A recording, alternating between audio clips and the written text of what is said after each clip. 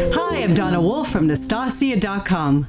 Today, I'll show you how to do surface crochet. It's a slip stitch that creates a chain look that you can use for letters or numbers or even shapes. To do this, I'm starting out with a simple single crochet piece. I take my yarn and make a slip knot with it. I extend the loop up a bit and remove my crochet hook. Then I insert my hook into the crochet work and pull that loop through to the other side.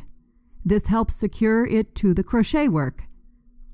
Then, following the natural line made by the single crochet stitches, I insert my hook kind of in between the stitches, make a yarn over from the back, and pull through.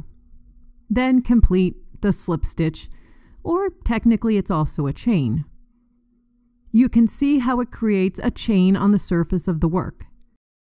Insert my hook into the next space, yarn over from the back, and pull through. Then complete the slip stitch.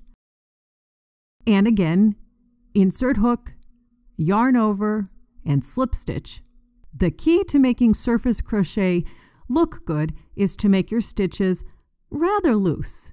You don't want them tight, otherwise they will pucker the fabric. At the end, make your last slip stitch or chain through the fabric. Then cut your yarn a few inches from the last stitch. Pull the yarn through. Then reach from behind and pull the strand through to the back.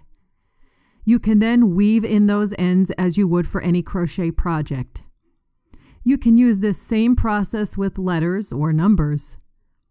With single crochet stitches, they are relatively nice and square, so you can move your hook sideways or up and down, diagonally, or even in a circle or spiral. As mentioned before, when you weave in your ends on the back, try to follow along the yarn in the back so that you can't see the ends. With shapes, I like to cut them out on paper first. Then use a safety pin to pin them to the crochet work. In this case, I'm using 2 strands of yarn held together to puff out my outline. Begin by pulling your loop towards the front from the back of the work. Then, using the template as your guide, make your surface crochet stitches around the edge of the shape. Take each stitch slowly and stop and look a few times to ensure the lines are following the template. Once completed, just cut and weave in the ends on the back. And that's how I do surface crochet.